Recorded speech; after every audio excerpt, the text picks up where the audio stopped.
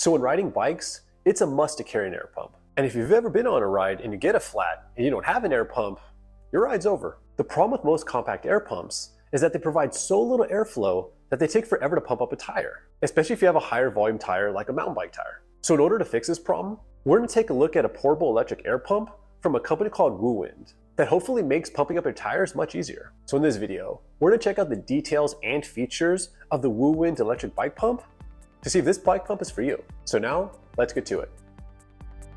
So the air pump that I received came in a really nice candy apple red color, but also is available in black.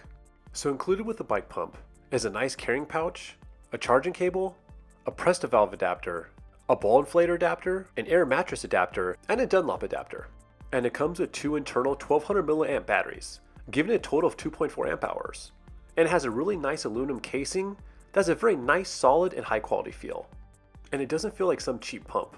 There is some heft to it, and it weighs in at 450 grams, and it feels as if it wouldn't break very easy.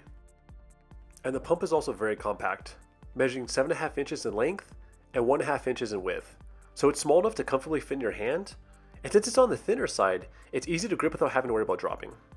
The top of the pump has 3 different features. First is the hose connector, where you screw in the bike pump hose.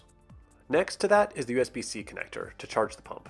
And lastly is an LED light that you can turn on so you can see it in low light conditions.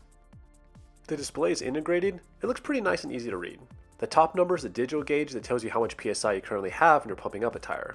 The number below that is the max PSI cutoff, which I'll demonstrate in a little bit. In the middle is the power button, which you hold for 3 seconds to turn on the inflator. The top button is the units button, where you can select the unit of measurement. There's PSI, bar, kilopascal, also known as kPa, and kilogram per centimeter squared.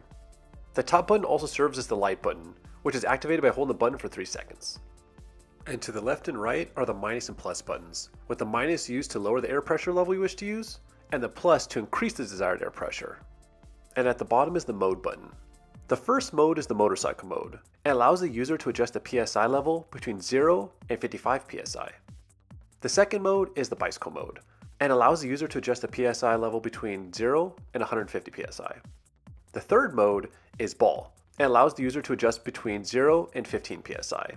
And the last mode is custom mode, which does allow the user to adjust the PSI level between 0 and 150 PSI. So the first test I want to do was to see how loud the air pump was.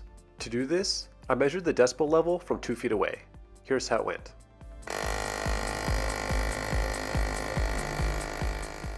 And it measured between 82 and 83 decibels, which is about as loud as a dishwasher or food blender. The next thing that I tested is the portability, since most of the time you really need a bike pump is when you're on a ride. So the pump is very compact and easily fits inside of a camelback.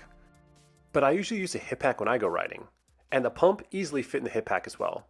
And since the bike pump isn't really that heavy, I never actually noticed any difference in the weight when I was riding. So the last thing I want to test is how long it actually takes to pump up a mountain bike tire from flat to 20 PSI. So the tire I'm pumping up is a 27.5 inch tire with a 2.3 inch width. I wanted to test a traditional portable bike pump that you typically carry with you on a ride, and this is a direct competitor to the portable electric pump. So one huge negative of this pump is there's no PSI gauge.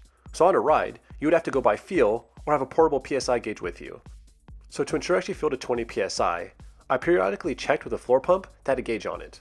So pumping up the tire with this pump was a nightmare, and I was sweating a lot. But after 2 minutes and 33 seconds, I finally got to 20 PSI. Next, I tested out the electric portable air pump.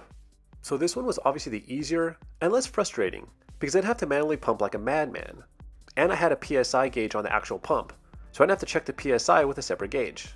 So pumping up the tire wasn't very dramatic, and the only tiring part was holding the pump in my hand the whole entire time. And after 1:38, the electric pump finally hit 20 PSI, proving that not only was the pump easier to use, but it was also much faster. So one of the coolest things about this bike pump is it's not limited only to filling up bicycle tires. Some other uses that I found is it's really good for filling up an air shock my mountain bike, also for an electric scooter tire, and my motorcycle tires. So in conclusion, I'm extremely happy with this air pump. It's a very well thought out product that has a lot of options. It works really well, it's pretty light, and it's just a really good option for people who need a portable air pump. I also think that for the money, it's an incredible deal. But if you have any questions, please feel free to leave them in the comment section below. And if you wish to purchase this air pump, I left a link in the description. Thank you so much for watching, and have a great one.